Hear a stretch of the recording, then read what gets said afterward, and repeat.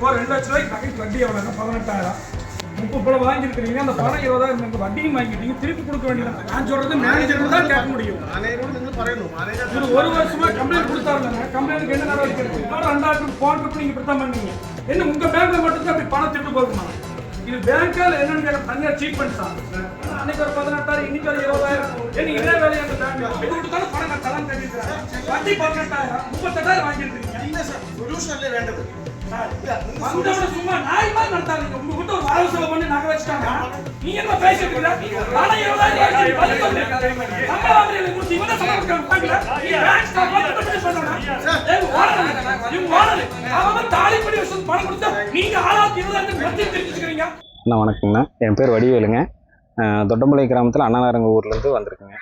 பேங்க்கில் சத்தியமங்கலம் பிரான்ச்சில் நகை கடன் வாங்கியிருந்தேங்க. அதாவது விவசாய இது சப்சிடியில் எனக்கு பண்ணித்தரேன்னு சொன்னாங்க. 33 பைசாவுக்கு பண்ணித்தரேனாங்க.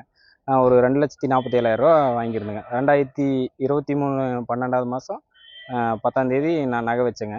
24 திருப்பூருக்கு எனக்கு ஃபோன் பண்ணி கூப்பிட்டாங்க. மறுபடியும் 2024 போனேங்க. போய் திரும்பும்போது 1 வருஷம் முடிஞ்சு வட்டி இது அசல் எல்லாம் சேர்த்தி தான் கட்டணும், வட்டி மட்டும் கட்ட முடியாதுப்பா, ரூல்ஸ் மாறிடுச்சுனாங்க. அசலோடு சேர்த்து நான் வட்டி எவ்வளோன்னு கேட்டேங்க. ஆனால் வட்டி பார்த்திங்கன்னா எனக்கு ஒரு 18,000 ஒரு 17,000 தான் வருங்க வருஷத்து வட்டி. ஆனால் 34,000 ரூபா போட்டு வச்சுருந்தாங்க. 34,000 ரூபா எப்படிங்க வந்துச்சு அப்படின்னு சொல்லி கேட்கும்போது அது எல்லாம் செக் பண்ணாங்க. ஒரு 2 நாள் கழித்து செக் பண்ணி சொல்கிறேன்னாங்க. பண்ணிவிட்டு என்னங்கன்னா இந்த மாதிரி எனக்கு கம்ப்யூட்டரில் ஃபால்ட் ஆகிக்குதுப்பா, நீ இது வந்து கிளாரிஃபை பண்ணோன்னா நாங்கள் மேலே அதிகாரிக்கு லெட்டர் போட்டு விடணும் தம்பி, போட்டுவிட்டா ஒரு மாதம் கழிச்சு தான் அதுக்கு ரிப்ளை வரும். ஆனால் உங்களுக்கு வந்து டேட் நெருங்கிச்சு, நீங்கள் அமௌண்ட்டு கட்டிடுங்க அப்படின்னாங்க. நான் அசலும் வட்டியும் பணத்தை கட்டி நகையை திருப்பிட்டு போயிட்டேங்க. அப்புறம் 1 மாதம் கழிச்சு வர சொன்னாங்க. போய் மறுபடியும் கேட்டதுக்கு இன்னும் எங்களுக்கு பேங்க்கில் மேலேருந்து எதுவும் உத்தரவு வரல, நீங்கள் போயிட்டு மறுபடியும் அடுத்த மாதம் வாங்கினேன். இப்படியே ஒரு ஏப்ரல் கழிஞ்சு வாப்பா அப்படின்ட்டாங்க. மறுபடியும் நான் ஏப்ரல் கழிஞ்சு போய் கேட்டதுக்கு இப்படியே மாதம் இப்போ வந்து திருப்பி மாதம் அலக்கடிச்சாங்க. இப்போ பார்த்தீங்கன்னா 1 வருஷமே கம்ப்ளீட் ஆக போகுதுங்க. இப்போ போய் கேட்டதுக்கு எனக்கு தெரிஞ்ச ஒருத்தர் கூப்பிட்டு போயிட்டு நான் வாங்கினேன் இது மாதிரி ஒரு பிரச்சனையா அப்படின்னு சொல்லி கூப்பிட்டு போய் பேங்க்கில் பேசும்போது அவர் கேட்டாருங்க, எதனால் வந்து எச்சா போட்டிருக்கீங்க, என்ன பிரச்சனை, ஏன் கிளைம் பண்ணி தரேன்னு சொன்னீங்களா, எக்ஸ்ட்ரா அமௌண்ட் உங்களுக்கு மறுபடியும் தரேன்னு சொன்னீங்களா, எல்லா டாக்குமெண்ட் எல்லாம் கொடுத்துருக்காங்களா, அப்புறம் எப்படி உங்களுக்கு வட்டி வந்துட்டு அதிகமாக வாங்கினீங்க அப்படின்னு சொல்லி அவர் கேட்கும்போது உங்கள் வீட்டையெல்லாம் சொல்ல முடியாது, நீ யார் அப்படின்னு சொல்லி அவர் கூட ஒரு வாக்குவாதம் ஆயிடுச்சு. அப்புறம் வாக்குவாதம் ஆகும்போது வாயா போயா அந்த மாதிரி பேங்க்கில் உன்னால் பண்ண முடிஞ்சு பண்ணிக்கோ, நீ கோர்ட்டில் போய் பார்ப்பே எங்கே போய் பார்ப்பே பார்த்துக்கோ, நாங்களே இதுக்கு இது பண்ண முடியாது, நீ வேணால் சேலம் பிரான்ச்சில் போய் பார்த்துக்கோ, நாங்களும் உனக்கு ரெஸ்பான்ஸ் பண்ண முடியாது அப்படின்னு முடிச்சு அந்த கூட வந்தவரையும் பேஸ் பண்ணிட்டாங்க, எங்களையும் பேஸ் பண்ண. நானும் மாதம் போகும்போது இப்படியே தாங்க உள்ளே போய் நின்னோம்னா அந்த உள்ளே இருக்கிற கஸ்டமரை நாங்கள் பார்க்கணும்.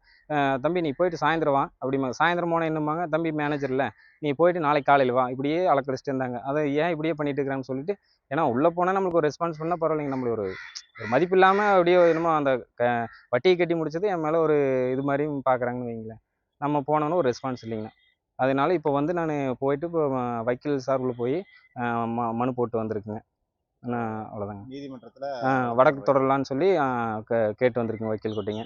வக்கீலம்மா 2 பேர்த்துக்கும் ரிஜிஸ்டர் தபால் அனுப்பிட்டு அதுக்கப்புறம் மேல் தொடர்ந்து வழக்கு முறையீடு செய்யலாம் அப்படின்னு சொல்லியிருக்கிறேன். அப்படிங்க ட்ரெண்டை ஃப்ரெண்ட் ஆக்கிக்கோங்க. தந்தி டிவியின் சப்ஸ்கிரைபர்ஸ் அண்ட் ஃபாலோவர்ஸ் குடும்பத்தில் நீங்களும் இணையுங்க.